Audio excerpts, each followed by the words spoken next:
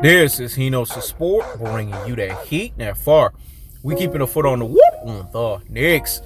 We keeping the foot on the what on the Hkhs. And like the Tibetan Mastiff that I am, I'm applying what? Unlimited pressure.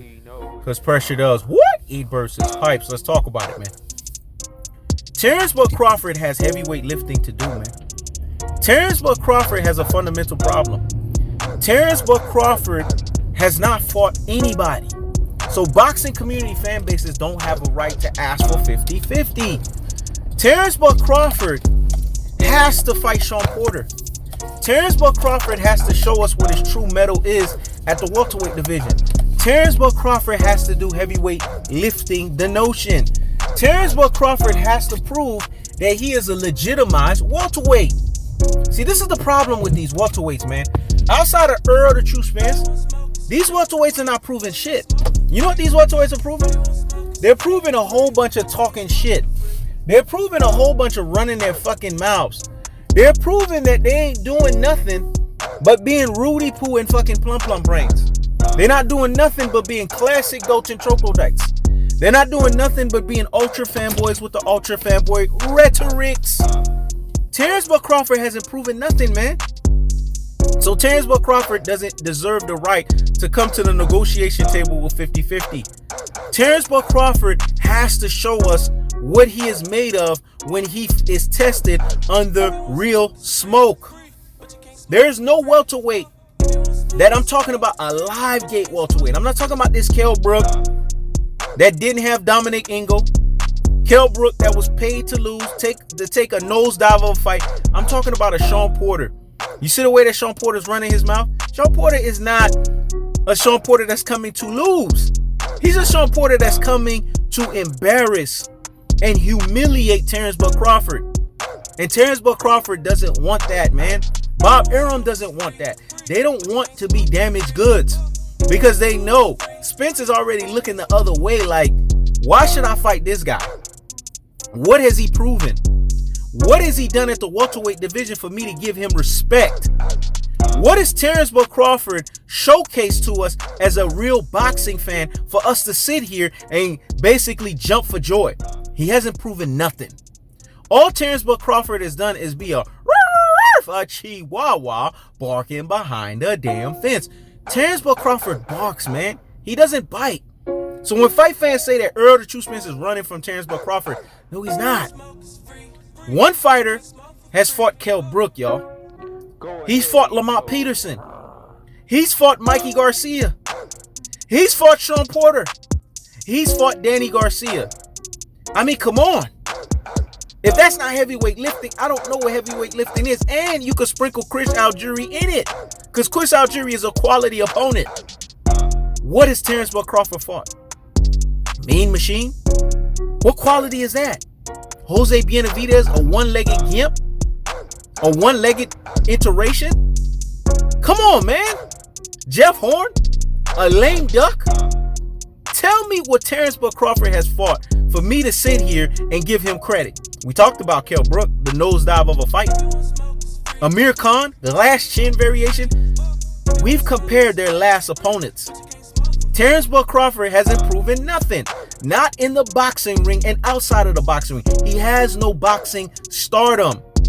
Terence Crawford brings nothing to the fucking table. All Terence Crawford brings is a fighter that's not willing to basically do what he's supposed to showcase that he is for real. Because when you are for real, you're going to fight for real opponents. When you are for real, you're going to do for real damaging things to showcase that you about that action. Terence Crawford ain't about that life, man. He ain't about that free smoke. He ain't about basically showcasing that he wants to prove what he is as a fighter. All Terence Crawford wants to prove is what he's always been proving. That he's a barking fucking chihuahua, man. That he's a guy that doesn't showcase nothing but sit here and get out of the bed. Don't brush his teeth. TK Kirkland done taught us, when you don't brush your teeth, we have to say, who raised you, dog? Who raised you, man? And then go into the Spence and the Crawford fight. This is what boxing fans have deluded themselves into, and they wonder why the sport is in the gutter. This is what boxing fans have come to, man. They're telling themselves that a guy who hasn't even done 25% of the work that the other guy has done deserves to come to the table and ask and demand for the same thing.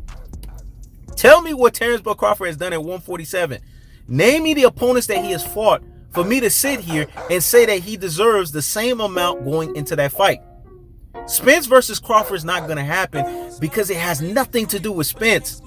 It has everything to do with the naivety. It has everything to do with the cluelessness. It has everything to do with the Negro that's missing a few screws in his head, and i.e. Terence Crawford, the Omaha, Nebraskan iteration, and these boxing fans, man. These reverse bias, aka detractors, aka panderers of what we call boxing fans. They don't get it. This is why this fight is not happening. It has nothing to do with Errol the True Spence. This is what you guys don't understand. Spence is going to have a legacy with or without Bud. There's Canelo Alvarez fights out there, man. There's fights at 154. Spence can go all the way up to 168 before he fucking retires. Can Terence Crawford say the same thing? Let me say it again. Spence can go all the way up to 168 before he retires. Can Terence Crawford say the same thing? And if Bud can't say the same thing, then Bud needs to bend the proverbial fucking knee. Kiss the ring while they at it and fight Errol the True Spence on Errol the True Spence terms. Boxing has always had an A side and boxing has always had a B side. The A side is Spence. The B side is Crawford. That's the cold-hearted. That's the unadulterated. That's the cutthroat truth teller fashion. And the worst part about it is it's fight fans. They're the ones that's making this shit worse. Telling a man who is constantly reminding you, every time you say 50-50, he comes back and say, now he don't even say 60-40, he's saying 70-30. You boxing fans, wake up, you brain full of mush and you brainwashed dodo heads. The more you say 50-50, the more the percentage is going to go up. So you might as well stop the presses and pump the brakes on the nonsense. Go sit down somewhere and what? Higgity fucking hush. When it's all said and done, Errol the True Spence is going to do what Errol the True Spence wants to do. He's earned that right. He's merited that right. He is the A side. And boxing has always had A side, B side equation. Boxing is not just, let it keep it boxing, let it keep it boxing. It's a three-pronged monster of economics, politics, and pugilism.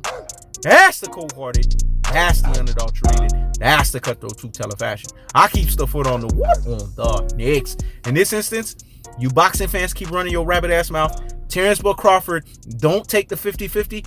Errol the True Spence is going to continue to keep the foot on you Rudy Poo, plum brains, classic goats, troglodytes, ultra fanboys with the ultra fanboy rhetoric's neck.